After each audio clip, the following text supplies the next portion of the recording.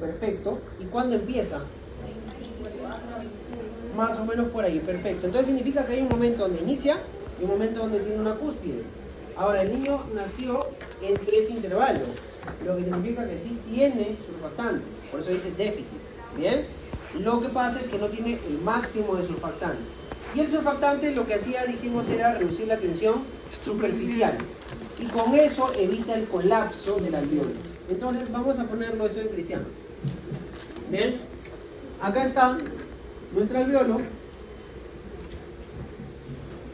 Y este alveolo sabemos que está tapizado principalmente por neumocitos del tipo 1, que son los que permiten el intercambio respiratorio. Y por ahí también tienes un neumocito tipo 2, que es el que produce surfactantes justamente. Bien, pero sucede que este alveolo, encima de él, tiene una capita de agua. Bien, esto que estoy poniendo en color negrito sería la capita de agua que hay por acá. Y esa capita de agua es la que genera la famosa tensión superficial. Bien, y es por cómo se comportan estas moléculas de agua. Bien, estas moléculas de agua se comportan así. Las moléculas que están en la superficie van a estar interactuando con el aire. Bien, la tensión superficial única y exclusivamente se produce cuando hay una interfaz aire-agua. Si todo fuera agua no hay tensión superficial. Bien, pues por acá va a estar el aire. Estas moléculas que están en la superficie, a diferencia de las que están más abajito, son estas que están por acá, por ejemplo, no tienen tanta interacción. Las que están abajo sí pueden interactuar así, diagonalmente, hacia los costados, hacia abajo. En cambio, estas de acá interactúan principalmente hacia sus lados y a lo mucho hacia abajo. ¿Bien? Entonces, eso genera una consecuencia, y es que las moléculas que están en la superficie terminen produciendo una fuerza de esta forma, hacia allá y hacia allá, con lo cual se genera una especie de camita detensionada. ¿Bien? Ahora, esta es una superficie más o menos plana, pero esto es esférico. Si intentamos poner eso en una esfera, lo que va a suceder es lo siguiente, que las fuerzas que se van a producir van a apuntar hacia el centro. ¿Bien? Y esas fuerzas que están apuntando hacia el centro son lo que nosotros llamamos la presión de colapso. Es lo que estudia Laplace. Laplace nos dice lo siguiente. Laplace dice esto, que la presión de colapso es igual a 2 multiplicado por la tensión superficial. Perfecto, la T es la de tensión superficial. Muy bien, sobre el radio del alveolo.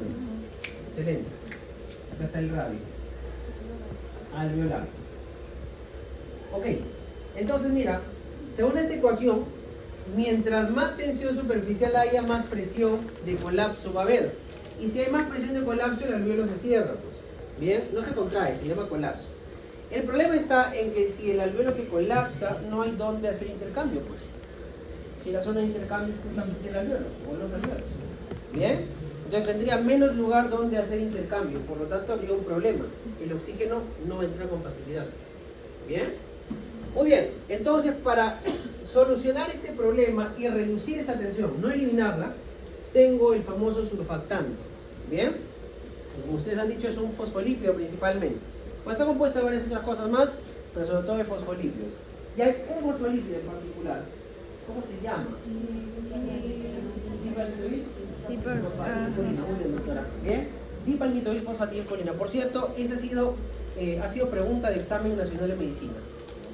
Bien. Y también de acá, del curso. El principal componente de surfactante es dipalmitoilfosfatilcolina. Este nombre es larguísimo, lo tienen que saber. Bien, ¿qué es lo que hace ese dipalmitoilfosfatilcolina? Como es un fosfolípido, mira lo que va a hacer. Se va a poner por acá, porque tiene una cabeza que es polar y sus patitas que son no polares, que miran hacia el aire. Entonces lo que ha hecho es separar a estas dos moléculas del agua, y acá también. Y con eso reduce la tensión superficial. No se elimina, solo se reduce. Bien, para permitir que este alveolo no se cierre completamente. Bien, ok, entonces esta sustancia que está acá, que es el surfactante, está formado, vamos a anotarlo acá, de esta molécula, dipalmitoil fosfatidilcolina. Bien, ok. Ahora, como han dicho ustedes, esta sustancia se produce en el cuerpo humano inicia su producción alrededor de las 24 semanas de gestación y alcanza su máximo de producción alrededor de las 32, 34, casi 36 incluso semanas de gestación. Entonces, mientras más pronto nazca un niño, bien, va a tener menos surfactante, o incluso si nace muy temprano podría tener nada. Y mientras más cercano a esa cúspide nazca, más a término, más surfactante tendrá. Entonces este niño que nació a las 29 semanas va a tener menos surfactante, por lo tanto, ¿cómo será su tensión superficial? Mayor. Muy bien, entonces la presión de colapso es muy grande. Si este alveolo se colapsa, recuerda que no hay dónde hacer intercambio. ¿Membrana hialina? Se puede producir membrana hialina, correcto, porque el surfactante, además de reducir la tensión superficial, también es antiinflamatorio, ¿bien? Y se puede generar un exceso de depósito de colágeno alrededor del alveolo. Pero esa es otra cosa adicional que está bien que lo he mencionado, vamos a revisarlo ahora. Lo que produce es un distrés respiratorio del recién nacido. Ese es el cuadro. Un distrés respiratorio del recién nacido. ¿Bien? Como consecuencia de que no está abierto este alveolo y por lo tanto no se puede hacer intercambio de gases suficiente. ¿Ok? Hay otra cosa más. Y es el radio. El radio es inverso porque está dividiendo. Lo que significa que un radio muy grande, o sea un alveolo muy grande, tiene más o menos posibilidad de colapsarse. Menos, porque es inverso.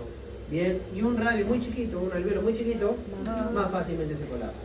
Los alveolos más chiquitos entonces necesitan más surfactante. Y durante el desarrollo del sistema respiratorio también sucede que cambia el tamaño de estos alveolos. Entonces un niño que nace prematuramente podría tener radio de los alveolos no tan grandes, más chiquitos, y eso le empuja más al colapso alveolar. Bien, con todo eso otra vez lo que va a suceder es que no voy a tener suficiente intercambio porque por aquí está pasando la sangre. Ya hay un detalle, pues, que el aire tiene que llegar acá para que yo pueda pasarlo hacia la sangre.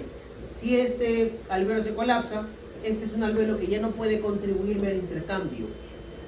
Bien, a la famosa hemostasia. Bien, hematosis, perdón. Entonces, como no va a haber ese intercambio, reduciría la concentración de oxígeno en la sangre. Bien, y ahora, si se reduce esa concentración de oxígeno en la sangre, nuestro cuerpo tiene que hacer algo para intentar corregir ese problema. ¿Qué cosa podría hacer, por una cuestión lógica, nuestro sistema respiratorio si el nivel de oxígeno cae en la sangre? Para aumentarlo, ¿qué podría hacer?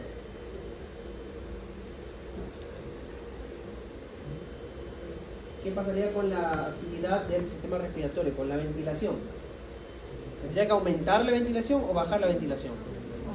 Aumentar la ventilación. Y eso significa aumentar la cantidad de aire que yo respiro, la presión respiratoria, o aumentar la profundidad, la cantidad de aire que entra en cada ciclo ventilatorio, o ambas cosas a la vez.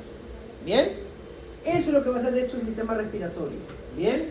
El problema está en que en un niño recién nacido, primero, la frecuencia respiratoria es más alta que la de un adulto. Sí. Por lo tanto, está más cerca del techo. Y segundo, el volumen corriente depende de lo que vamos a ver en la parte biomecánica, de qué tanto los músculos ventilatorios se pueden contraer y generar una especie de vacío. Entonces, si no son suficientemente fuertes esos músculos, no van a poder generar ese vacío y no van a corregir el problema. También que le estamos pidiendo mucho a un niño que no tiene suficiente surfactante. ¿Bien? Ok, entonces vamos a ver ahora justamente eso. Yo necesito que el aire esté aquí. Para eso, entonces, chequemos lo siguiente. Nosotros respiramos aire ambiental.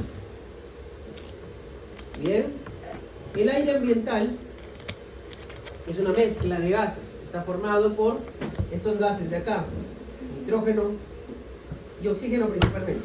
Después hay otros más como el CO2, el agua y varios otros más, el agua en forma de vapor y varios otros más que no nos interesan tanto. Bien, sumado todo esto, por supuesto que tiene que dar el 100%. ¿Sí?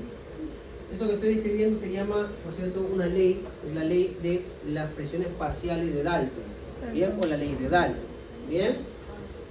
La ley de Dalton dice lo siguiente, que cuando tú tienes una mezcla de gases, la presión de cada gas se suma y al final tiene que darme el total, el 100%, correcto. Ahora, la presión que aporte cada gas va a ser proporcional a lo que haya de ese gas en esa mezcla. Y esta mezcla del aire ambiental, digamos que es un estándar, porque depende de la atmósfera. Depende de la atmósfera de la Tierra, así que no cambia mientras estés en la Tierra. Y eso quiero que lo entiendas bien, porque el oxígeno siempre va a ser 21%. Bueno, redondeado, ¿sí? 184. Siempre que estés respirando aire de la Tierra. Si estuvieses en otro planeta, podría respirar un aire con otro porcentaje de oxígeno. ¿Bien? O pues aire ambiental, ¿eh? Porque hay maquinitas que te pueden poner en la cara para que tú respires aire con menos oxígeno. Ya, pero eso no es aire ambiental, pues es un aire modificado. ¿Bien? Por otro lado, el nitrógeno representaría el otro 79%. ¿Bien? Porque estamos redondeando, en verdad no es exactamente 79. ¿Bien? Y por aquí ponemos al CO2, esto va a ser redondeado 0, al agua redondeado 0, y todo lo demás también redondeado 0. ¿Bien? O sea, básicamente el aire del ambiente es oxígeno y nitrógeno. ¿Bien? Profe, pero hay lugares donde el aire está muy contaminado. Sí, pero aún con todo, porcentualmente es 0, porque 0 punto y un montón de decimales más. Ahora, ¿esto qué significa? Que cada uno de esos gases aporta proporcionalmente a la presión final de toda la mezcla. Cuando tú vives en un lugar que está pegado al mar, a 0 metros sobre el nivel del mar, la presión es 760 milímetros de mercurio. Esa es la presión del aire, ¿sí? Si yo digo que cada uno de esos gases contribuye porcentualmente en la proporción en la que está compuesto de toda esta mezcla, significaría que el oxígeno aporta 159 milímetros de mercurio. Ya, todo esto porque importa, ahorita te vas a dar cuenta por qué importa. ¿Bien? Ahorita vamos a verlo. Pero lo que quiero que te des cuenta acá es lo siguiente, ¿bien? Que 21% sería justamente de 760 a 759. Y esta unidad que utilizamos, milímetros de mercurio, por si acaso, para que te quede claro, si bien es la misma que utilizamos cuando estudiamos presión arterial, no tiene nada que ver, ¿ah? En el sentido de que la presión arterial ya hemos estudiado que es la fuerza que ejerce la sangre contra la arteria, ¿bien? Por sangre. Pero acá no, este es un gas. Y básicamente utilizamos presiones en el caso de los gases para intentar reflejar su concentración. ¿Bien? Así que no mezclen las cosas, porque por más que esto sean milímetros de mercurio, es presión de gas, no es presión de sangre. ¿Bien? Y también cuando hablemos en la sangre de presión arterial de oxígeno, se refiere a la concentración del oxígeno, no a la presión que le está haciendo el oxígeno a la arteria. No confundan los términos, ¿bien? Se parecen, pero no son lo mismo. ¿Está clara esa diferenciación? ¿Sí? ¿Más o menos? Ok, muy bien. Continuamos entonces. Ahora, yo necesito que el aire llegue a mis alvéolos, pero para eso tengo un problema que resolver primero. Acá está mi sistema respiratorio, ¿bien? Y acá están mis pulmoncitos.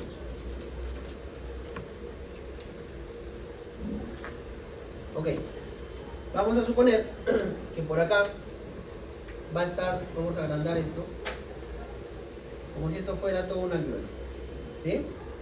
Ya a este alvéolo le va a llegar el aire y por aquí va a estar el capilar, ¿bien?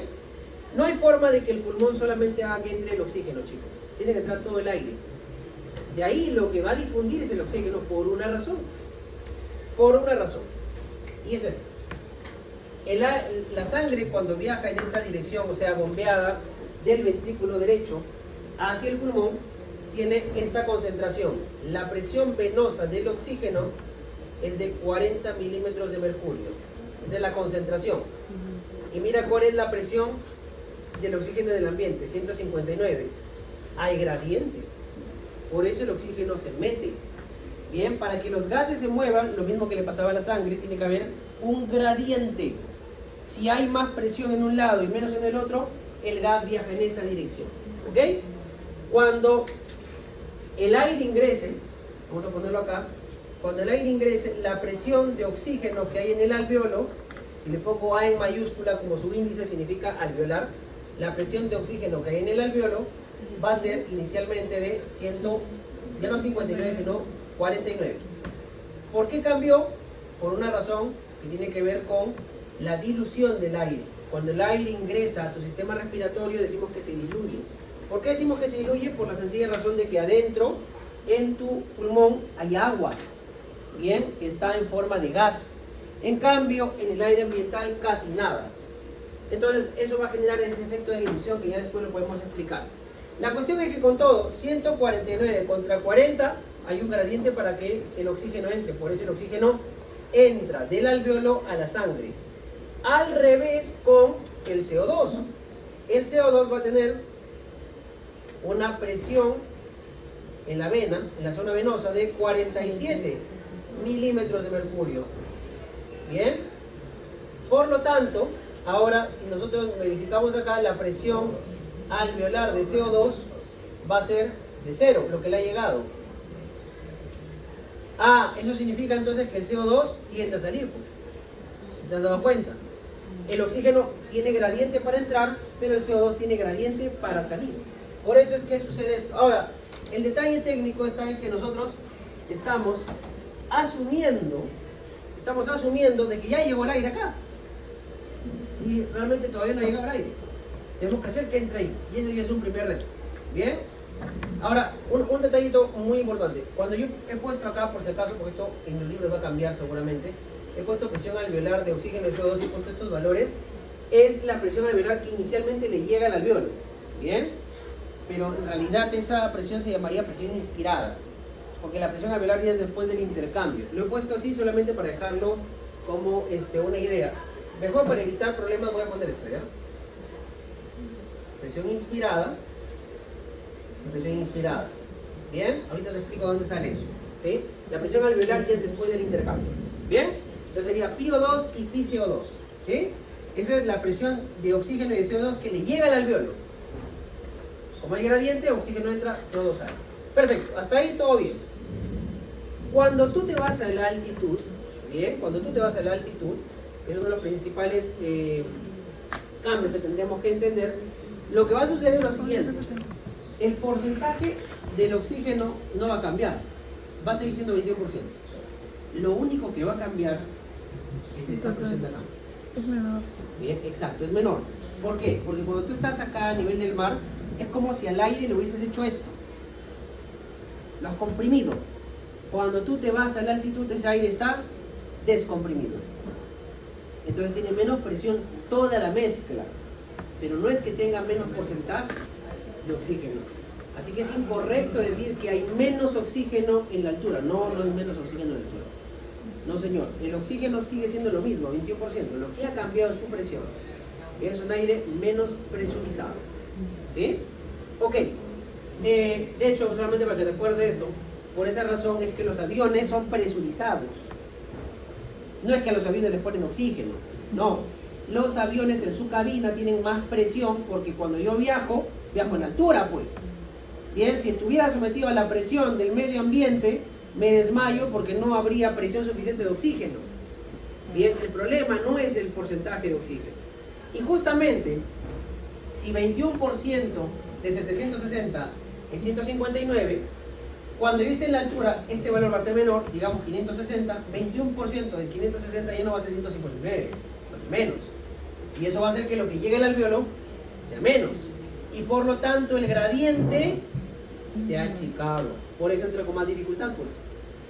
Por eso cuando tú te vas a la altitud te cuesta respirar porque está entrando poco oxígeno y eso es lo que hace que tu sistema respiratorio se fuerce a trabajar más.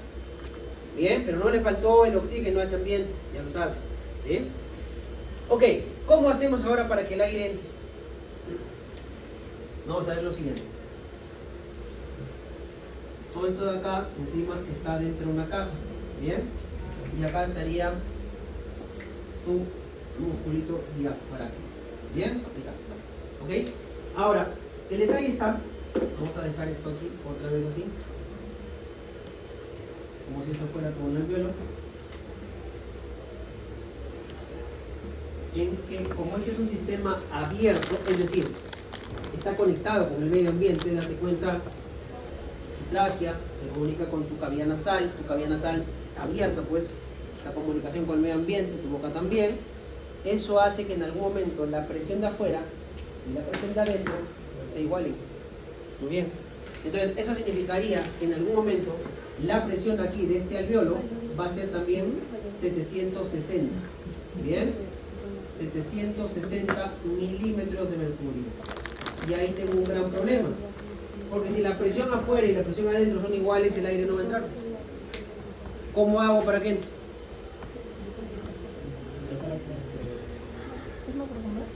¿Se contrae? Muy bien, ¿y con eso qué logramos? Muy bien, la presión entonces tiene que bajar dentro del pulmón y para eso trabajamos con los músculos ventilatorios. Bien, ok.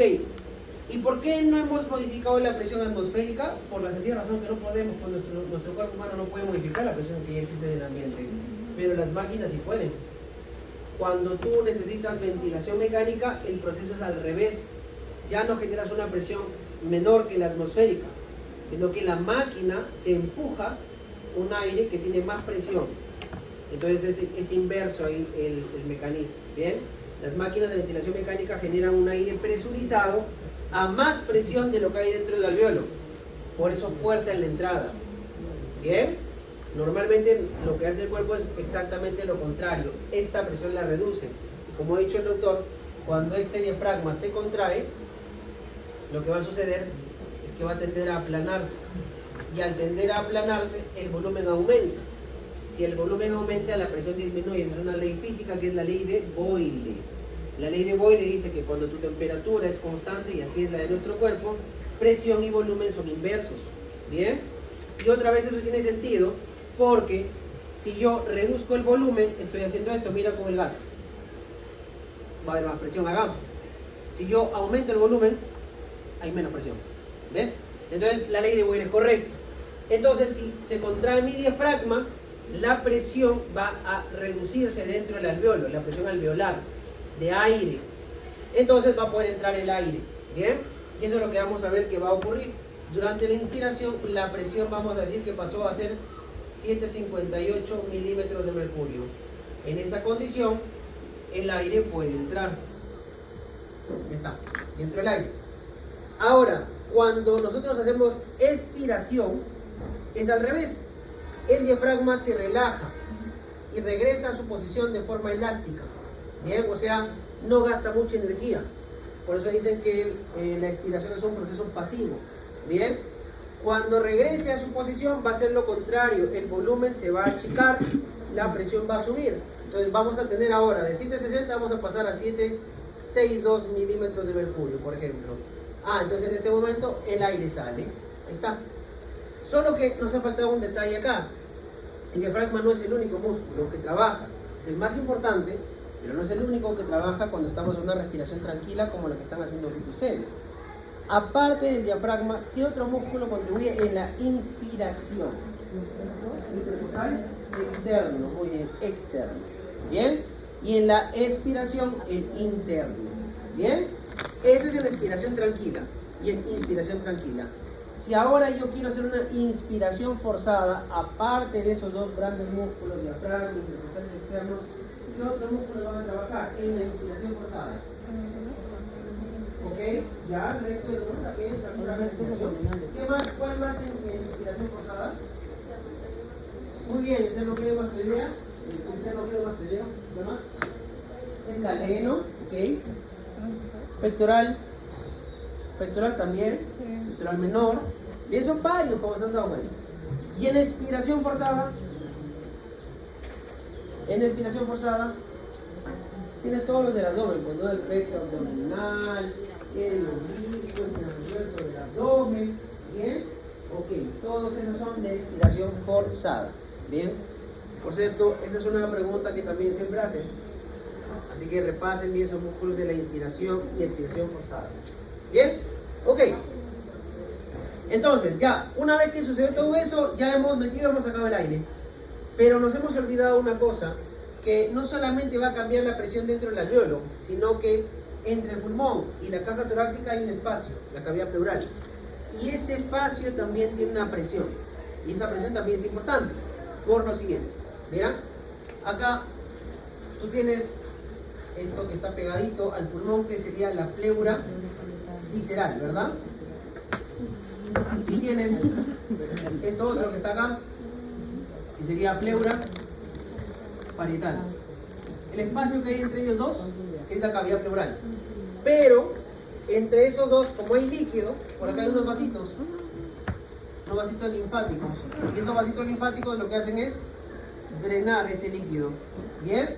Y por lo tanto generan una presión ahí. Esa presión, como está saliendo el líquido, lo que va a tener de característica es que es una presión menor. La presión que hay acá, la presión pleural, va a ser normalmente subatmosférica. Eso significa, en buen cristiano, que siempre es menor que lo que hay en la atmósfera. ¿Bien? Algunos libros lo ponen como que es negativo, puedes entenderlo también así si quieres, pero finalmente lo importante es que es menor que la atmosférica. ¿Bien? Ok. Entonces, esta presión pleural también va a cambiar. Digamos que esta presión pleural, vamos a ponerlo así, esta presión pleural, digamos que fuera 756 milímetros de mercurio. Bien, cuando estábamos antes de tomar el aire. Durante la inspiración, esta presión tendrá que caer un poco más, 754 por ejemplo. No es el valor exacto, lo estoy poniendo un valor cualquiera. Y durante la expiración, simplemente regresa a su valor inicial. Nunca supera a la presión atmosférica, nunca. Y así debe ser. Entonces, si entiendes ese concepto, ¿qué pasaría? ¿Sí? Acá hay unas costillitas y llega una persona así, acuchillada. Pongamos que a una persona la han acuchillado, pasar el cuchillo entre el espacio intercostal. Teóricamente, para hacerlo más fino, vamos a suponer que no le hicieron ningún paso. ¿Bien? ¿Qué sería peor? Que el cuchillo se queda ahí, pero saque. Se queda. ¿Segura? Sí. Saque va a ser peor. ¿Por qué? Se queda es mejor. Porque. Claro, porque acá hay menos presión y afuera hay más presión. Al sacarlo ya he generado una comunicación entre estos dos lados. El aire que está afuera se va a meter. Y cuando se meta, este pulmón se va a colapsar. Ese sería un neumotórax. Bien. Un neumotórax en este caso por causa traumática, porque ha sido por acuchillamiento, arma blanca, punzocortante. Puede existir neumotórax por otras causas, claro. Lo importante con el neumotórax simplemente es que hay acumulación de aire en el espacio pleural. Puede ser por causa traumática, puede ser espontáneo también. Algunas personas más que otras en su pared pulmonar acumulan bolsitas de aire, se llaman bulas. ¿Bien? Y esas bolsitas de aire se pueden romper. El aire se queda atrapado ahí y en ese pedazo empieza a presionar el pulmón. ¿Bien? Las personas que son más largas que anchas, o sea que son muy larguiluchas, suelen tener esto. ¿Y cómo sería un hemotórax? Un hemo.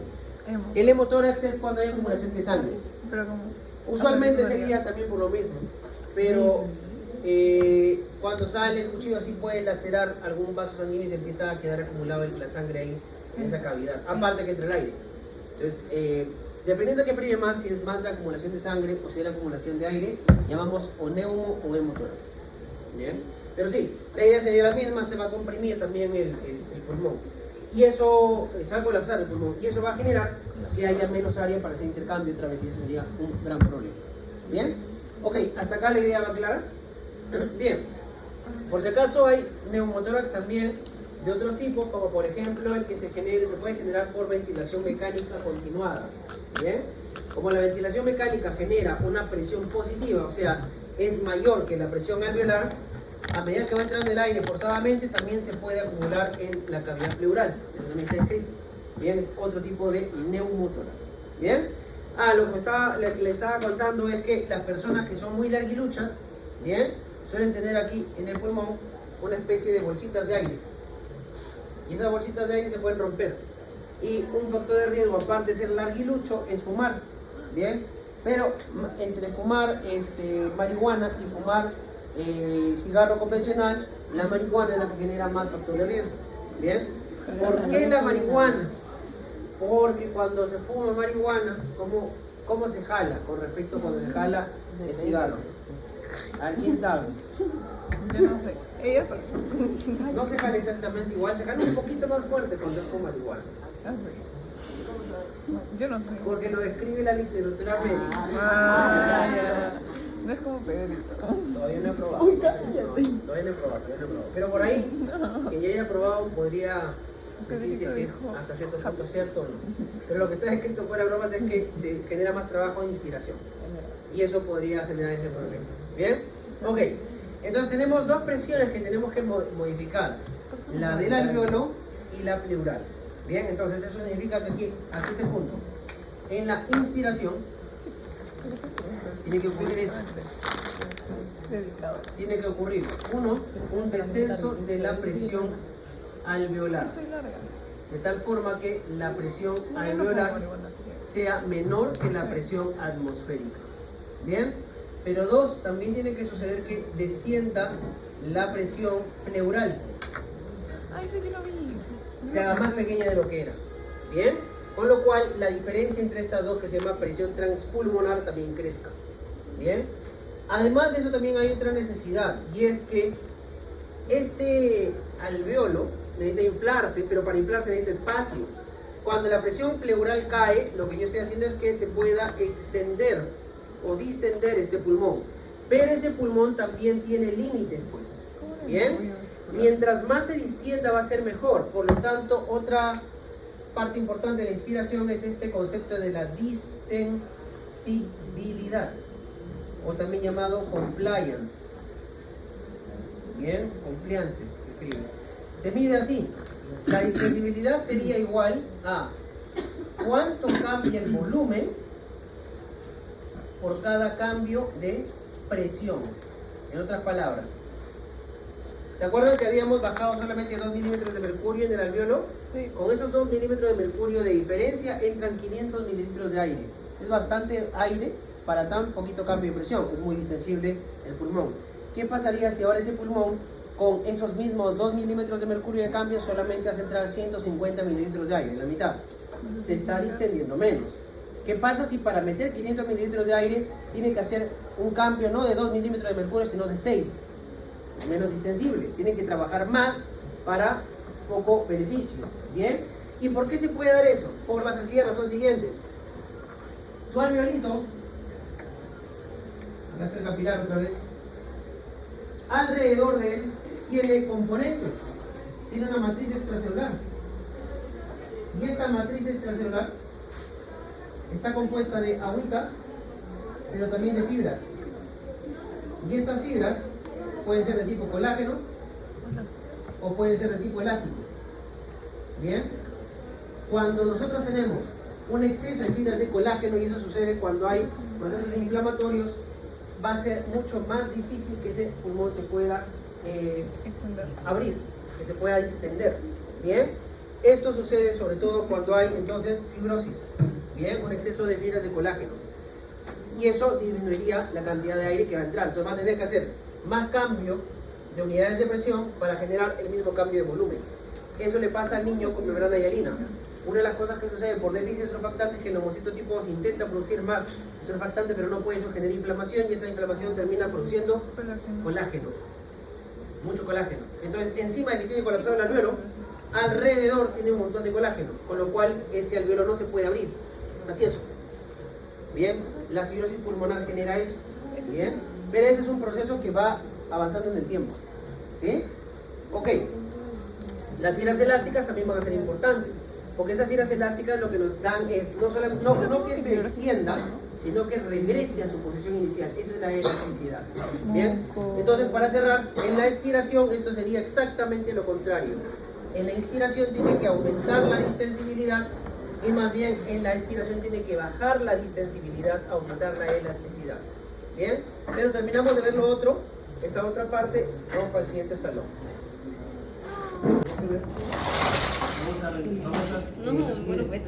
Bien.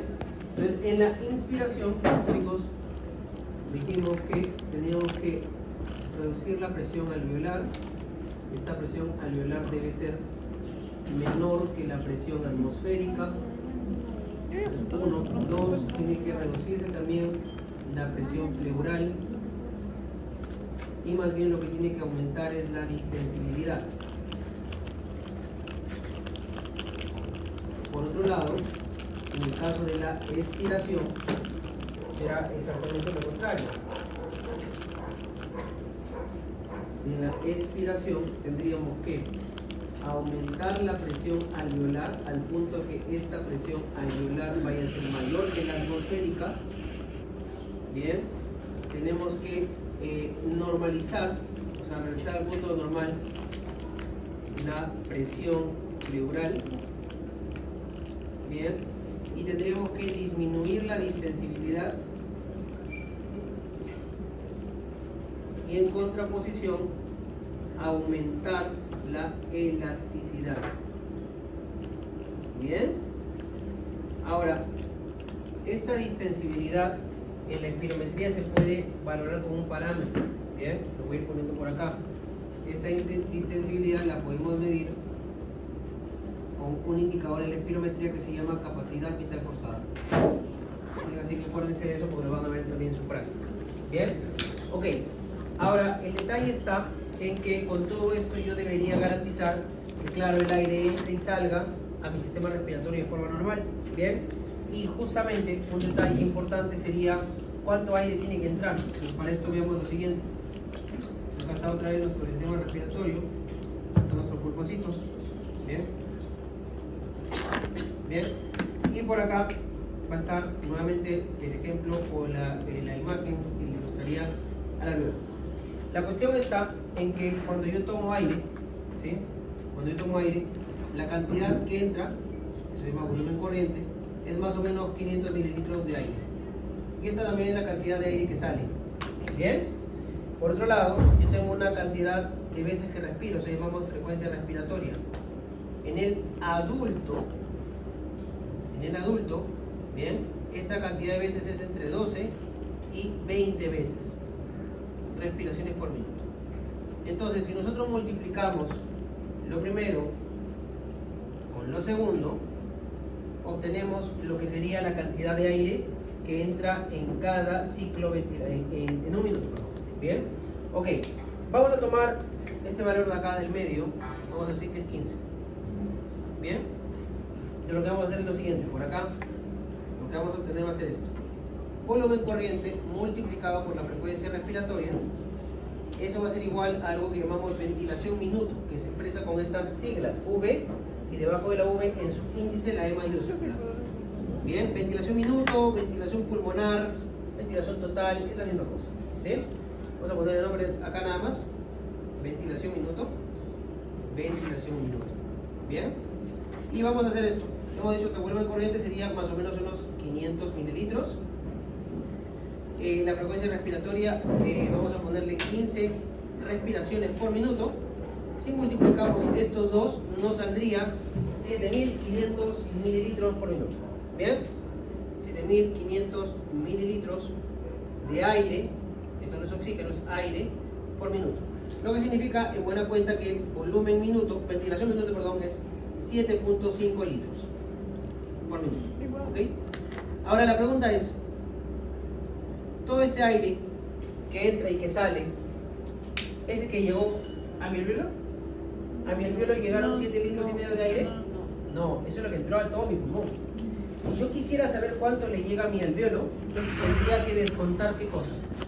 El aire que se quedó ¿dónde? En el espacio muerto. En el espacio muerto anatómico, lo que llamamos en la zona de conducción. ¿Bien? Ok, y esa zona de conducción, vamos a ponerla por acá, va a ser toda esta región de acá. ¿Bien? Todo lo que todavía no es azul, vamos a llamarle zona de conducción. Zona de conducción. Y le llamamos así justamente porque su nombre lo dice, solamente hay conducción acá, no hay intercambio. Y como no hay intercambio, a eso le llamamos también espacio muerto, como ha dicho la doctora, muerto. anatómico. Bien, este espacio muerto anatómico es la zona o la cantidad de aire que nunca jamás se va a intercambiar. Y en una condición normal, esto es alrededor de 150 mililitros de aire. Bien, por cada ciclo ventilatorio. Bien, ahora, ¿por qué esta cantidad de aire no se puede intercambiar? ¿Qué cosa tiene de particular esa zona que no nos permite hacer intercambio? ¿No está tapizado por neumocitos tipo 1? Muy bien, no está tapizada por neumocitos tipo 1, ok. Esos neumocitos tipo 1 son de tipo epitelial plano, cilíndrico, cúbico, plano, ok. Ese es un detalle importante. ¿Qué otra cosa más? Aparte que no tiene neumocitos tipo 1. Vamos ahora a lo que sí tiene las zonas de conducción. ¿Qué cosa sí tiene la zona de conducción que no tiene la zona de intercambio? Músculo, perfecto, músculo liso. Cartílago en algunos casos. Todo eso hace que la distancia que tiene que recorrer el gas sea grande. Si ahora, más bien yo hago que la distancia sea chiquita, llega más fácil, difunde más fácil. Nos hemos podido pasar de un salón a otro porque la distancia entre todo no es tan grande. Hubiese sido mucho más fácil si hubiésemos pasado al salón del costado. Imagínense ahora si tuviésemos que pasar de este salón a un salón de vía 1 en el pabellón B, que antes había clases ahí. Nos demoramos un montón, de repente ni llegamos, ¿verdad? Muchos ya se fueron, como que para acá creo que cuando han pasado, pasan menos, ¿no? Ok, igual va a pasar si tuviéramos que irnos hasta vía 1. ¿Ven? Entonces, una distancia muy grande que recorrer, el gas no difunde. Bien, una distancia más pequeña sí. Eso es lo que sí tiene la otra zona, que sería la zona de intercambio. La zona de conducción por eso se considera espacio muerto anatómico, porque jamás en la vida va a ser intercambio. Bien, en cambio, esta zona de acá sí va a ser intercambio. Esa es lo que llamaríamos la zona de intercambio. Bien, y es la zona donde haya alveolos o sacos alveolares. Esta sería la zona de intercambio. Ahora, esta zona de intercambio, bien, recibiría la diferencia, pues si de los 500, 150 se quedaron por acá, la zona de intercambio va a estar recibiendo 350 mililitros de aire en cada ciclo ventilatorio. Bien, ahora ten en cuenta una cosa, que esta zona de intercambio en verdad va a iniciar desde el momento en que empiezan a aparecer unos cuantos sacos alveolares, unos cuantos alveolos. Bien, eso ocurre en el bronquiolo respiratorio. Y de ahí en adelante ya hay intercambio. Bien, ¿por qué? Porque ya aparecieron estas modificaciones donde solamente tengo neumocitos tipo 1, que son células aplanadas, ya no hay músculo liso, ya no hay cartílago y todo eso que garantiza el intercambio. ¿Estamos bien? Ahora, dime, teóricamente esta zona de acá debería no hacer intercambio en una condición normal. ¿Habría alguna razón para que esta de acá no haga intercambio? O sea... No, ¿verdad? Todo debería intercambiarse teóricamente. Entonces, a esta zona de aquí también le podemos llamar espacio muerto alveolar.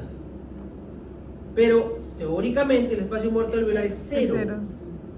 Bien, entonces significa que cuando yo sumo el espacio muerto alveolar con el espacio muerto anatómico, me daría el espacio muerto fisiológico, que es todo lo que no se intercambió. Entonces, el espacio muerto fisiológico en condiciones normales es exactamente igual que el anatómico.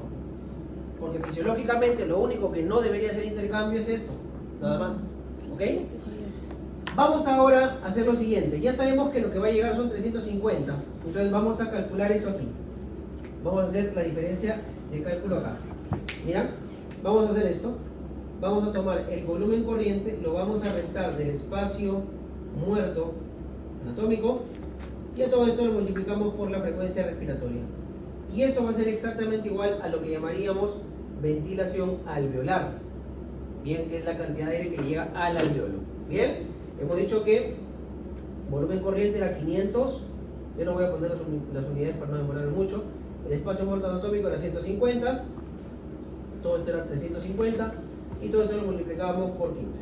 Bien, entonces básicamente es 350 mililitros por 15 respiraciones por minuto. Bien, eso sería igual a 5.250 mililitros por cada minuto. En otras palabras, la ventilación alveolar es 5.2 litros por minuto en esta condición que tenemos esta cantidad de respiraciones. Bien, y si te has dado cuenta, este valor que nos ha salido esto sí es la cantidad de aire que le llega al alveolo, es muy parecida a la cantidad de sangre que bombea nuestro corazón, al gasto cardíaco.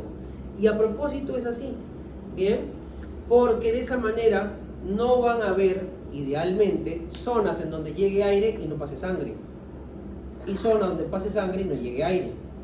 ¿De qué serviría que tú tengas un alveolo que recibe aire, pero por ahí no pasa sangre? Nunca va a haber intercambio, pues. Y si pasa sangre pero no llega el aire, tampoco va a haber intercambio. Así que yo necesito que haya aire y sangre en la misma proporción idealmente. A eso se le llama relación ventilación, que es el aire, perfusión, que es la sangre. Bien, cuando esa relación ventilación-perfusión es correcta, nuestros valores, y a eso quería llegar, de oxígeno y de CO2 en la arteria, que es lo que importa, son normales. Bien, entonces veamos esto de acá. Veamos esto de acá. Con esto anterior, veamos esto. Acá está nuestro alveolo. Acá está nuestro capilar. Bien. La cantidad de sangre que va a llegar acá es lo que nosotros conocemos como el gasto cardíaco, el Q, pues. Y vamos a redondearlo a 5 litros por minuto. Porque es la cantidad de sangre que ha bombeado tu ventrículo derecho, que es lo mismo que bombea el izquierdo. Bien, 5 litros por minuto. Y la cantidad de aire que ha llegado aquí al alveolo se llama ventilación alveolar, que también son más o menos, vamos a redondearlo, 5 litros por minuto. Bien, entonces si te has dado cuenta, la relación de aire y de sangre que llega es casi perfecta, 1 a 1. No es exactamente así, pero lo he puesto así a propósito. A esta relación le llamamos relación ventilación. Ventilación ya sabes que es la V. Perfusión. Perfusión sería la Q. Bien, y lo expresamos así: ventilación sobre perfusión. Ahí está. Y esto teóricamente, si es así, 5 sería 1. Bien, en realidad no es exactamente 1, sino que se acerca a 1. ¿Por qué? Porque tu pulmón anatómicamente no tiene la misma cantidad de sangre arriba que al medio y que abajo. La cantidad de sangre se bombea con más facilidad al medio y abajo por la gravedad. Se envía menos sangre a los ápices. Y al revés, el aire. Hay más cantidad de aire que llega al ápice que al medio y abajo, que a la mitad y a las bases. Lo que significa que esta relación ventilación-perfusión no es exactamente 1, se acerca a 1. En algunas zonas será un poco más grande, en otras zonas será un poco más pequeño, pero en global se tiende a acercar a 1. Y solamente si esta relación es así, tú vas a tener como consecuencia dos cosas: 1 y 2. 1, la presión arterial del oxígeno, y 2, la presión arterial de CO2. Bien, la presión arterial de cada gas se refiere a la concentración de cada gas en la arteria. Bien, claro, no lo estamos poniendo en mililitros en milimoles por litro o en miligramos por decilitro, porque expresar así a los gases es difícil, por eso utilizamos sus presiones como una medida alternativa de concentración. ¿Y cuál sería lo normal? Lo normal es esto. Bien, en el CO2, 35 a 45 milímetros de mercurio. Ojo, esto es en la arteria. Esto es en la arteria. Si tú me preguntaras por la vena, sería 8. Es un poco mayor, porque en la vena hay más CO2, pues. Bien, ok. Voy a hacer una cosa para que eso no moleste.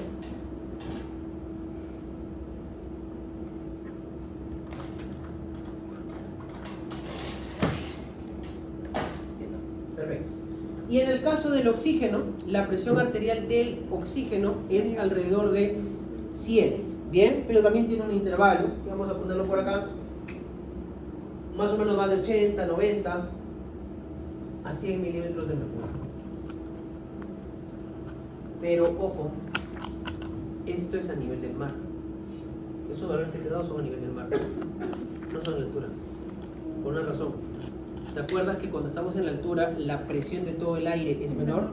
21% de un valor más pequeño va a ser menos también de presión de oxígeno, lo que significa que la presión de oxígeno que le llega a tu alveolo es menor. Entonces va a ir menos gradiente, se difunde menos, el resultado va a ser que va a haber menos presión arterial de oxígeno. Es una cuestión fisiológica. Bien, lo que tienes que saber es que ante eso el cuerpo se adapta. Bien, una adaptación al tener poco oxígeno es producir mucho de unas células de tu sangre. ¿Qué cosa se produce más? Los glóbulos rojos y la hemoglobina, correcto. Por eso las personas que viven en la altitud tienen más niveles de hemoglobina. Es una adaptación. Bien, correcto. Entonces, por eso es importante. Bien. Otra cosa que va a suceder es que a pesar de que ellos tengan un valor que no va a ser tan alto aquí, bien, como el que he puesto, porque están a un nivel mucho más alto, sobre todo eso pasa por encima de los 2.500 metros sobre el nivel del mar, bien, también su caja torácica va a ir cambiando, bien, el volumen corriente que ellos tienen es mayor que el de las personas que viven a nivel del mar, bien, y van a tener varias otras adaptaciones adicionales que también son importantes. Ahora, ¿por qué usualmente no vemos tanto de estos valores a nivel de la altitud? Por una razón muy sencilla. Miren, en el mundo, el 98% de las personas vive debajo de los 2.500 metros sobre el nivel del mar. ¿Bien? Es decir, que solamente son unos cuantos países que tienen esta característica de poblaciones viviendo en gran número a gran altitud. Y esos países son contados con los dedos de la mano. Perú, Bolivia y algo, en alguna medida de Ecuador. Y algo también en alguna medida Chile. Nadie más. Después los demás países por ahí que tienen sí altitudes interesantes, pero ¿cuántas personas viven ahí? 3 gatos. O sea, no son importantes para ellos. Por eso esos otros países no se interesan por ese tema. El problema está que como en Perú copiamos la mayoría de veces todo lo que hay afuera, poco miramos lo que hay adentro. Y aquí sí es importante. Bien. No es poca cosa decir que más del 5% de todos los peruanos vive encima de los 2.500 metros sobre el nivel del mar. 5% de varios millones que somos no es tan poquita cosa. Bien. Y también hay enfermedades propias de la altitud, pero muy poco se estudia. No solamente eso, cómo funcionarán los fármacos, también es otra cosa que merecería estudiarse. A mí no me interesa lo que pasa en Estados Unidos en ese sentido, porque claro, ellos no tienen mucha gente viviendo encima de los 2.500 metros sobre el nivel del mar, pero nosotros sí. Bien, así que por si acaso tengan en mente esto, porque cuando ustedes vayan a hacer sus serums, por ahí que les va a tocar en algún momento, si quieren hacerlo, ¿no? Niveles de alta altitud, y estos valores ya no aplican. Bien, así que ahí van a tener que hacer la chamba de buscar cuáles son los valores normales. ¿Sí? Se los dejo también como que tarea para que ustedes se interesen. Bien, ok, hasta ahí ya tenemos un avance. Ahora la cuestión es, yo quiero que estos valores se mantengan estables. No deben ser ni muy altos ni muy bajos. Entonces para eso entra lo que se llama, caramba, regulación de la ventilación. Bien. Y para regular la ventilación necesitamos un conjunto de elementos que son los que vamos a ver a continuación en la pantallita. Bien, lo voy a proyectar ahora mismo. Entonces, vamos por acá.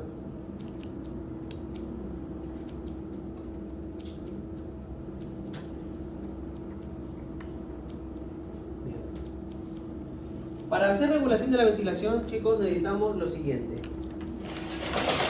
Necesitamos un sensor o sensores, necesitamos también un centro que integre la información de esos sensores, necesitamos efectores. Pregunta, ¿está bien el aire o está un poco frío? ¿Sí? ¿Está bien? Ok, ya, no hay problema. Bien, miren. Entonces, nosotros tenemos esta estructura que está acá, que es el tronco encefálico. Bien, o también llamado tallo encefálico. El control de la respiración se ubica primordialmente acá, bien, en el tronco encefálico. Pero tienes que saber antes de meternos ahí que tú también puedes controlar tu ventilación de otras formas, de forma consciente y voluntaria, por ejemplo, y también por emociones, bien. De forma voluntaria porque hay un componente en la corteza cerebral que gobierna también a las neuronas que van a inervar al diafragma. Lo que significa que si tú quieres puedes empezar a respirar más rápido y más profundo o dejar de respirar. Bien, puedes hacerlo voluntariamente. Y también puede ocurrir un cambio producto de emociones. Por ejemplo, cuando en el examen parcial de repente venga un tema que no estudiaste. Bien, te hace empezar a poner nervioso, ¿no? Bien, hay un componente límbico entonces. Pero fuera de esos componentes que son importantes, lo que nos interesa ahorita es este de acá. Tenemos algo que se llama un patrón rítmico y eso nace y vive aquí, en el bulbo raquídeo, que es una de las zonas del tronco encefálico. El tronco encefálico está formado por esta parte que está acá, que se llama mesencéfalo, esta parte verde que se llama protuberancia y esta parte roja que se llama bulbo raquídeo. Lo que está abajo es la médula espinal. Bien, en el bulbo raquídeo hay dos grupos de neuronas que se llaman grupos respiratorios. Grupo respiratorio dorsal, porque está hacia la parte más dorsal. Bien, mira, está más pegado hacia atrás, y grupo respiratorio ventral porque está más hacia adelante. ¿Bien? Y luego en la protuberancia tenemos otros dos lugares de control. El centro neumotáxico que está un poco más arriba y el centro apnéusico que está un poco más abajo. ¿Bien? Son 4 lugares en total, pero los que comandan tu vida en el día a día, o mejor dicho, el que comanda tu vida en el día a día es el grupo respiratorio, perdón, está acá, el dorsal. Bien, el dorsal. ¿Ok? Entonces, como dice aquí, como dice por acá, si por ejemplo nosotros tenemos acá una respiración normal, que necesitamos de un tronco encefálico intacto. Si el tronco encefálico dice seccionado por debajo de la protuberancia, bien, pero arriba del bulbo raquídeo la respiración continúa, solamente que se va tornando irregular. ¿Por qué? Porque este grupo respiratorio de todas formas necesita comunicarse con los de arriba. Si ahora nosotros cortamos acá, bien, ya definitivamente se pierde el patrón de respiración. ¿Por qué? Porque el que genera ese patrón es el grupo respiratorio dorsal. ¿Bien? ¿Qué es lo que va a hacer este grupo respiratorio dorsal? Se va a comunicar con las neuronas, bien, que van a salir de la médula espinal, las va a estimular. Por eso es necesario que estén conectados. Si yo corto esa conexión, se pierde pues justamente esa forma de trabajo. Bien, entonces, por aquí vamos a ver lo siguiente. Primero esto. Acá están los diferentes grupos respiratorios. Bien, acá están mejor mostrados. Bien, esto sería otra vez el encéfalo, el puente o protuberancia, y acá está el bulbo raquídeo. Y por acá tenemos GRD, grupo respiratorio dorsal, GRB, grupo respiratorio ventral.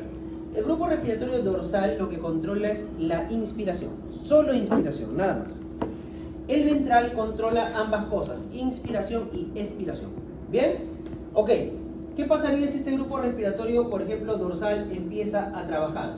Lo que va a pasar es que va a aumentar el tiempo de inspiración.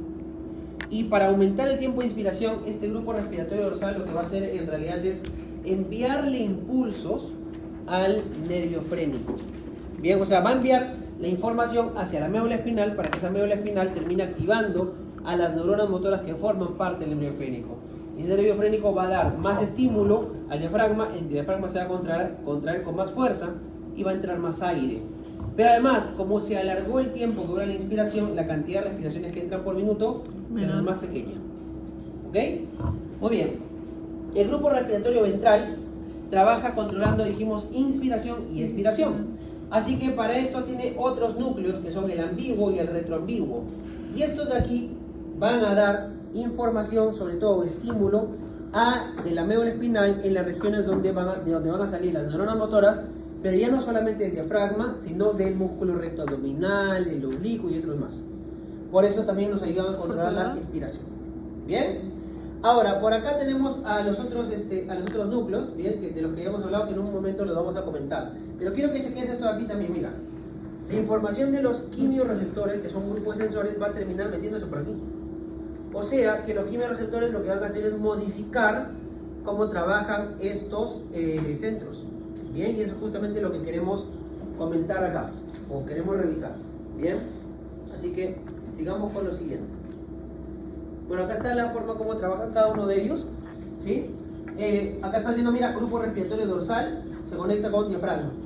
Grupo respiratorio ventral con músculos inspiratorios de la inspiración forzada y también de la expiración forzada. Por eso estos de acá solamente entran en trabajo cuando tú haces respiraciones forzadas. Por ejemplo, si estás haciendo ejercicio.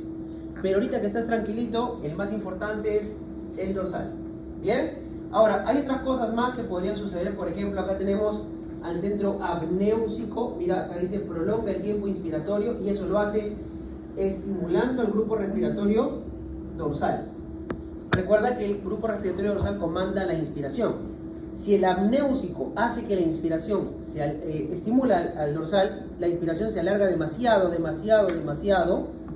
todo el ciclo ventilatorio se hace muy largo, entran menos respiraciones en un minuto. Entonces haría que caiga la frecuencia respiratoria de manera muy marcada. El neumotáxico hace exactamente lo contrario, inhibe al grupo respiratorio dorsal, entonces acorta el tiempo de inspiración. Por lo tanto, la frecuencia respiratoria aumenta. ¿Bien? Necesitamos a todos los centros para que haya un comando correcto, ¿sí? Cuando llegan las señales a estos lugares, llegan por acá. por algo que se llama el núcleo del tracto solitario. Bien, por aquí va a llegar la señal de los quimiorreceptores, de los mecanorreceptores y varios otros más. Y de ahí se va a dirigir al grupo respiratorio dorsal. Y ese es el que va a decidir finalmente a quién le hace más caso.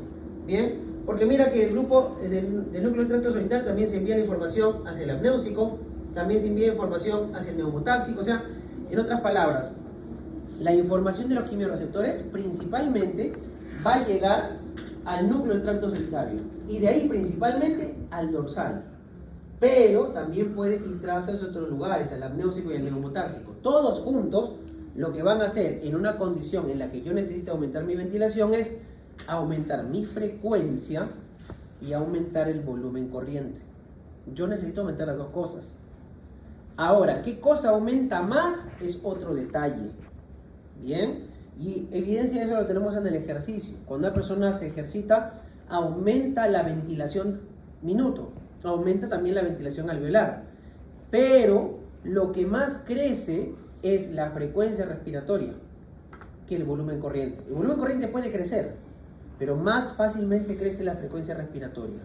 Bien, eso significa que en condiciones muy extremas tú podrías aumentar mucho la frecuencia respiratoria para de esa forma meter más aire, aun cuando tus respiraciones no sean tan profundas, bien, sino que sean un poco más superficiales.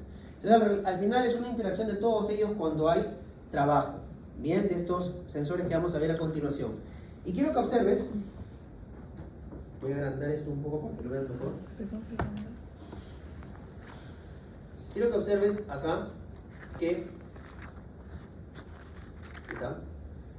a la parte central también le llega información. Bien, por eso es que la parte central también puede tomar decisiones y enviar la información a los centros que estaban abajo. Bien, acá están mejor visualizados los centros que estaban abajo, ahora que he agrandado un poquito la pantalla. Bien, ahí está lo que hemos estado comentando del centro neumotáxico que inhibe al dorsal, del apnéusico que estimula al dorsal y de la información que viene de los diferentes receptores que llega por el núcleo del tracto solitario y pasa al respiratorio dorsal. Bien, ahora veamos qué es lo que hacen cada uno de estos receptores y por qué son importantes. Bien, entonces para poder controlar la ventilación yo necesito lo siguiente, esta triada. Necesito tener sensores que principalmente van a ser los químicos. Estos sensores tienen que enviar la información al control central, para eso se necesitan aferencias. Este control central está formada principalmente por el tronco encefálico, lo que hemos visto, y este control central tiene que enviar una información hacia un lugar, que serían los efectores. Los efectores son los músculos. Los músculos harán que o aumente o disminuya la ventilación. Y con ese cambio de ventilación, recuerda que estaríamos modificando esta relación. Estaríamos intentando que se mantenga en 1. Y si eso cambia y se regula, este valor debería ser normal. Una vez que este valor es normal, otra vez, todo regresa al punto de inicio. Bien, o sea, tenemos un feedback negativo. ¿Sí? Ok. Ahora, de todos los sensores que tenemos, estos son los más importantes, los químicos, porque lo que van a detectar es el cambio de oxígeno y el cambio de CO2. Bien, así que es lo siguiente que vamos a ver. Los quimiorreceptores se encuentran en 2 lugares. En el lugar central, en el sistema nervioso central, que son estos que están dibujaditos acá, y los periféricos. Claro, los periféricos son los del callado de la aorta y los del seno carotídeo, correcto. Bien, ahora, este quimiorreceptor que está dibujadito acá sería un quimiorreceptor central. Mira, acá está tu cráneo. Bien, esto que está bien gris es el líquido extracelular, que es el líquido cefalorraquídeo, y esta es tu sangre. Esta sangre lo que va a tener es CO2. Cuando este CO2 pase al líquido extracelular, va a poder ser detectado por este quimiorreceptor. Cuando el quimiorreceptor se dé cuenta que hay mucho CO2 acá, en el líquido que lo embebe a él, significa que hay mucho CO2 en la sangre. Y cuando hay mucho CO2 en la sangre, lo que hace el quimiorreceptor es mandar una respuesta para que tú hiperventiles. Mucho CO2 más hiperventilación. ¿Y qué pasa si baja el oxígeno? También hiperventilación. Entonces las dos cosas hacen que nosotros aumentemos la ventilación. Mucho CO2 o poco oxígeno en sangre arterial. En sangre arterial es lo que se ha detectado. ¿Bien? Ok, ese es el químico. El quimiorreceptor central detecta las dos cosas. Caída de oxígeno y elevación de CO2.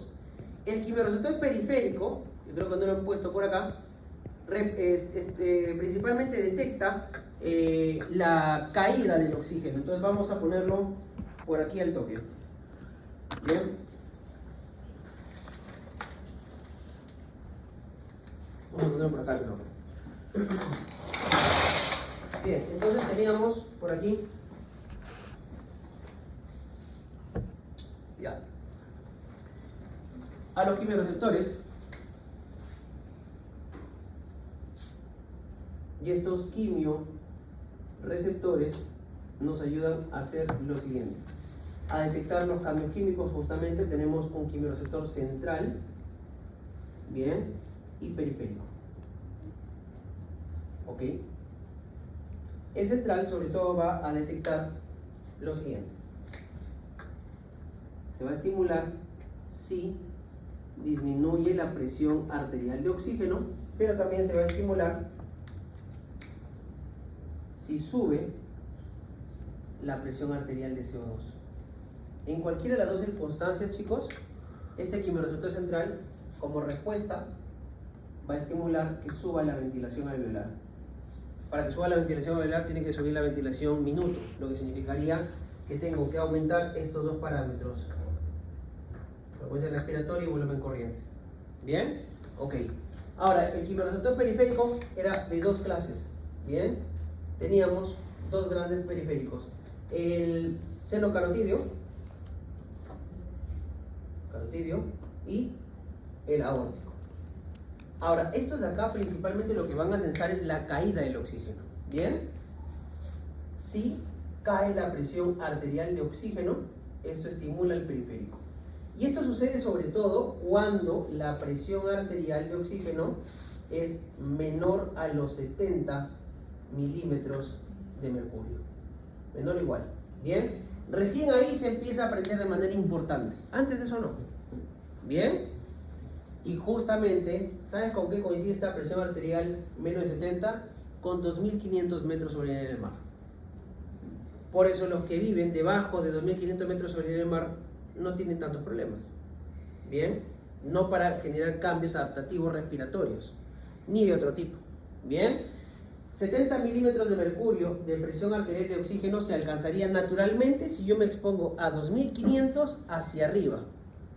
Debajo de eso no voy a tener esa presión arterial de oxígeno. ¿Bien? Voy a tener una presión arterial de oxígeno que va a estar más pegada al 80, 90, 100. ¿Ok? Vamos a ponerlo por ese caso acá. Ojo. Esto significaría más o menos una altitud como Arequipa. Altitud mínima. ¿En qué colegio se lo ponía rojo? 2.500 metros sobre el nivel del mar. Metros sobre el nivel del mar. Arequipa. De Arequipa hacia arriba vas a ver cambios. Si tú te expones a, por ejemplo, una zona que esté a 1.500 metros sobre el nivel del mar, por ejemplo, tu hemoglobina va a subir, pero poco, casi nada. Pero por encima de los 2.500, ahí sí sube un montón. ¿Bien? Ok. Estos receptores entonces carotídeos y aórticos van a enviar su información hacia el núcleo del tracto solitario. Bien, esto es parte del bulbo raquídeo. Y dentro de ese bulbo raquídeo, habíamos visto que, acá está todo el bulbo raquídeo. Bien, bulbo raquídeo. Hay grupo respiratorio dorsal, grupo respiratorio ventral. Dorsal y ventral. Y a esos dos les va a enviar la información, pues. Bien, a estos dos les va a enviar la información, sobre todo al dorsal. Pero también le puede enviar la información al ventral. Ahora, si le está enviando la información sobre todo al dorsal, la respuesta del dorsal sería la siguiente: estimular en la médula espinal a las motoneuronas que finalmente estimulan al nervio frénico. De ahí entonces que se va a activar más tu diafragma. Ahora recuerda que te dije que el grupo respiratorio dorsal principalmente controla la inspiración, lo que haría que en realidad la frecuencia respiratoria no crezca mucho, sino que más bien lo que va a crecer con el diafragma en este caso va a ser tu volumen corriente. Ah, pero yo quiero que también aumente la frecuencia respiratoria. Es que eso no lo va a hacer el dorsal. Por eso es que ese núcleo del tracto solitario no solamente distribuye estos dos. Parte de esa información también se le va a enviar a otros centros. Por ejemplo, al neumotáxico. Bien, este centro neumotáxico sería el que me ayuda a aumentar la frecuencia respiratoria. Porque acuérdate que este genera un poco de inhibición sobre el dorsal. Entonces en verdad hay un balance. Bien, y con eso voy a aumentar mi volumen corriente y también mi frecuencia respiratoria. Y si aumento las dos, aumentaría mi ventilación. ¿Ok? Ahora te dirás, oye, pero en ese caso solamente subiría la ventilación. ¿Y la perfusión? Ah, es que acuérdate una cosa. Que estos quimiorreceptores no solamente envían su información hacia estos grupos respiratorios, lo vimos en cardio. También terminaban enviando su información hacia el centro cardio acelerador. Y por lo tanto, eso significa que va a subir la frecuencia cardíaca. Y si sube la frecuencia cardíaca, sube el gasto cardíaco. O sea que en todas circunstancias debe subir la ventilación junto con la perfusión, idealmente. Porque lo contrario, esa relación no se mantiene, pues. Es más, el quimiorreceptor central hace lo mismo. Si te acordarás, había una respuesta isquémica cerebral, ¿verdad? Que cuando no llegaba sangre a una parte del cerebro, se activaban quimiorreceptores también centrales y eso hacía que se aumente la frecuencia cardíaca e incluso se aumente la presión arterial. Claro, porque ventilación y perfusión tienen que estar relacionadas. ¿Bien? Ok. Como última parte, aquí no acaba la clase 6:40, ¿no? Sí. O sea, nos queda una última parte para poder terminar de comentar algo sobre espirometría. Hasta acá, ¿esto se ha entendido? ¿Sí? Ok. Entonces el resumen es lo siguiente. Todo esto se resume en lo siguiente, para que no te abrumes. Resumen. Si sube la presión arterial de CO2, hiperventilas. Si baja la presión arterial del oxígeno, hiperventilas. Listo. Eso es lo que tienes que acordarte. ¿Bien? Ok. Ahora, solamente un detalle rapidito. El CO2 en realidad no es lo que sensa los quimiorreceptores centrales. Entonces, ¿por qué te dije eso? Porque era más fácil de entender. Lo que sensa realmente el quimiorreceptor central es el hidrógeno. Pero ¿qué tiene que ver con el CO2? Que el CO2, por una reacción química que vamos a aprender después, o bueno, ya la sabes, pero vamos a repasar después en ácido base, forma hidrógeno. Eso significa una cosa. Una tercera cosa que vamos a anotar acá. Si aumenta la concentración de hidrógeno, también aumenta la ventilación. ¿Bien? Si aumenta la concentración de hidrógeno, si tengo una acidosis, cualquiera sea la razón, también aumenta la ventilación. Acuérdate de eso porque lo vamos a ver en ácido base. ¿Bien? Ok, ahora sí, al toque rapidito. Espirometría. ¿Bien? La espirometría es una técnica que se utiliza para poder valorar capacidades y para poder valorar volúmenes. ¿Bien?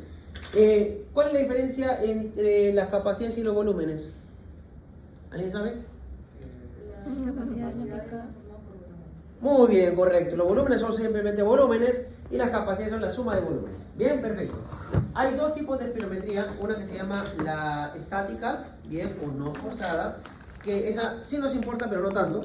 Y la otra que es la que utilizamos más rutinariamente en la práctica clínica, que es la forzada o también llamada dinámica. Esa espirometría forzada, esa espiroforzada, bien, tiene la característica de ser explosiva en su maniobra. Por ejemplo, si yo te dijera, toma todo el aire que puedas, en una espirometría tranquila y no forzada, harías esto. Y ahora bota todo. Bien, pero si yo te dijera que hagas una maniobra forzada, sería así. Toma todo el aire que puedes y vas a hacer explosivo, como si estuvieses asustado incluso. Bien, y ahora exhala todo lo que puedas, pero de forma forzada. Bien, casi como si se te fuera a salir el pulmón. Bien, es explosivo. ¿Por qué es importante eso? Porque el hecho de que sea explosivo significa que involucras otra musculatura, la musculatura accesoria. Bien, y eso lo hago con la finalidad de garantizar que todo el aire que entró y todo el aire que salió efectivamente es todo. Bien, Entonces, en la espirometría forzada, nosotros vamos a estudiar un par de parámetros. ¿Bien? El primer parámetro a estudiar se llama capacidad vital forzada. ¿Bien?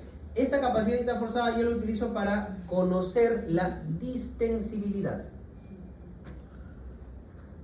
En otras palabras, ¿qué tanto se infla el pulmón? Bien, si la capacidad vital forzada está baja, me dice que hay pobre distensibilidad. Si está normal, hay normal distensibilidad. Y el valor que tienes que recordar es el siguiente. El valor normal es mayor o igual al 80% del valor teórico. Bien, o sea, cuando la capacidad vital forzada sea 80% o más, es normal. Bien, siguiente parámetro que tienes que conocer se llama volumen expiratorio forzado en el primer segundo sobre capacidad vital forzada. Este de acá lo utilizamos para ver la velocidad con la que sale el aire. Bien, entonces ya no estamos viendo la distensibilidad, sino la velocidad de salida. Velocidad de salida del aire. Y por lo tanto nos indica otra cosa. En el caso primero, al valorar la distensibilidad, lo que estamos valorando es si es que existe o no existe restricción. En cambio, en este otro caso, con la velocidad de salida, lo que estamos viendo es si existe o no existe obstrucción. Bien. Como el patrón es obstructivo, por eso se llama obstructivo, a veces uno piensa, como es obstructivo, está obstruida la entrada. No, la obstrucción es hacia la salida. Bien, por si acaso. ¿Ok? Estos son los dos parámetros que tienes que mirar entonces. Pero, profe, hay un tercer parámetro que no he mencionado. Sí, correcto. Y ese es el BEF1, simplemente BEF1. Y este de acá sirve para valorar la severidad de la obstrucción. O sea, en otras palabras, primero tendrías que saber si hay obstrucción y luego recién determinar la severidad. No puedes determinar la severidad de algo que no existe. ¿Por qué te comento esto?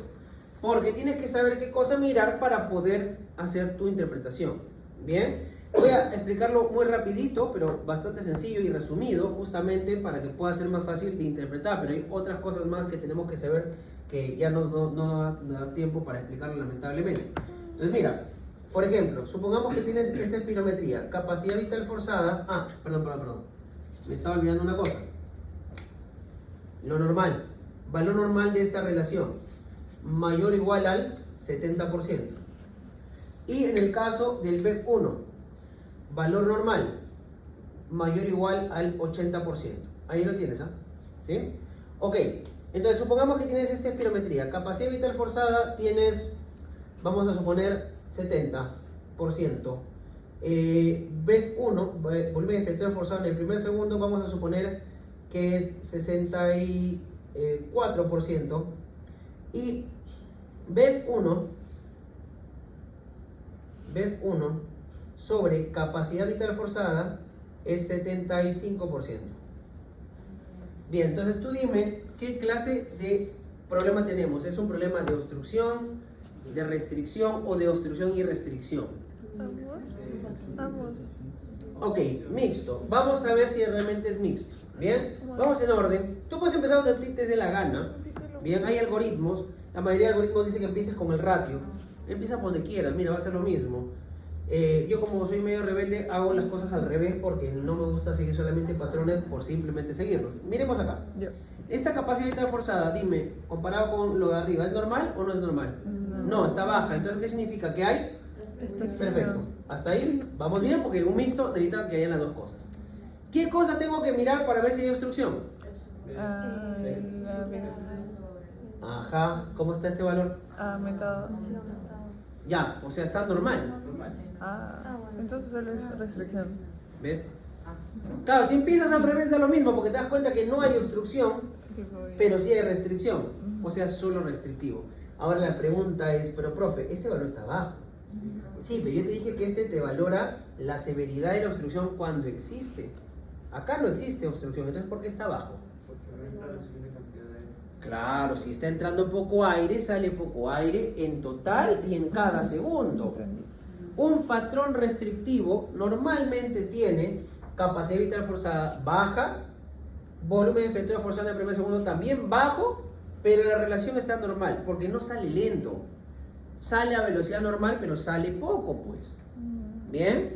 Ok, entonces, ¿qué significa? Que esto de acá, míralo cuando ya sepas que hay obstrucción. Los algoritmos usualmente te empiezan así, ¿no? Primero miras este valor. Si es mayor o igual al 70%, entonces normal por ese lado. Si es menor, entonces hay obstrucción. Y así va siguiendo después en la capacidad vital forzada. Si quieres aprenderte el algoritmo, apréndetelo. Pero ya sabes qué significa cada cosa, así que no te deberías equivocar. A ver, una última. Una última. Capacidad vital forzada, BEF1 y la relación. Otra cosa que después vas a tener que estudiar es las curvas, ¿ah? Eso sí no lo estoy viendo acá, ya por motivo de tiempo. ¿Qué curvas? Bien. Vamos a suponer que la capacidad vital forzada acá tienes 83, este de acá es 62 y este de aquí es 68. Obstrucción. ¿Ves? Que no es difícil. ¿Todos concuerdan con que es un patrón obstructivo? ¿Sí? Es obstructivo. Es solamente obstructivo. Bien. Y no has necesitado aprenderte el algoritmo. ¿Ves? Acá esto va a ser normal. Este va a ser obstrucción. Y ahora esto sería ¿qué tan severo? Severidad. Y para eso hay puntos de corte.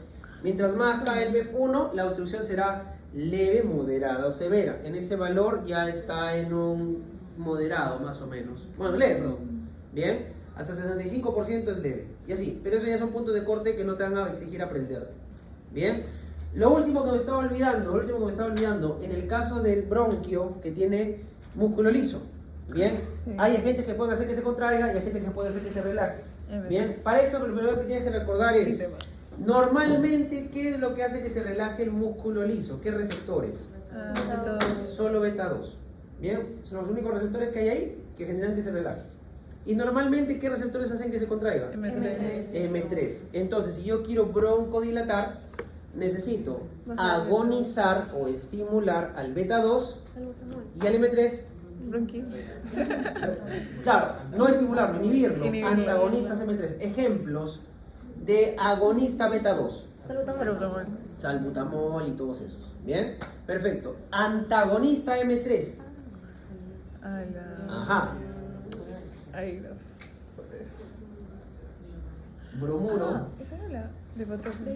de ipratropio. Ya. Oye, es que me sale que no hay espacio, entonces... Ahí está. Para que cuando te lo pregunten en la práctica, respondas. Bien. Son inhalatorios, ¿ah? Son inhalatorios. Bien. Bromuro de este es ipratropio. Bien. Hay otros tropios más. Tiotropio también, por ejemplo. Bien. Pero estos tropios lo que hacen es bloquear al M3. Bien.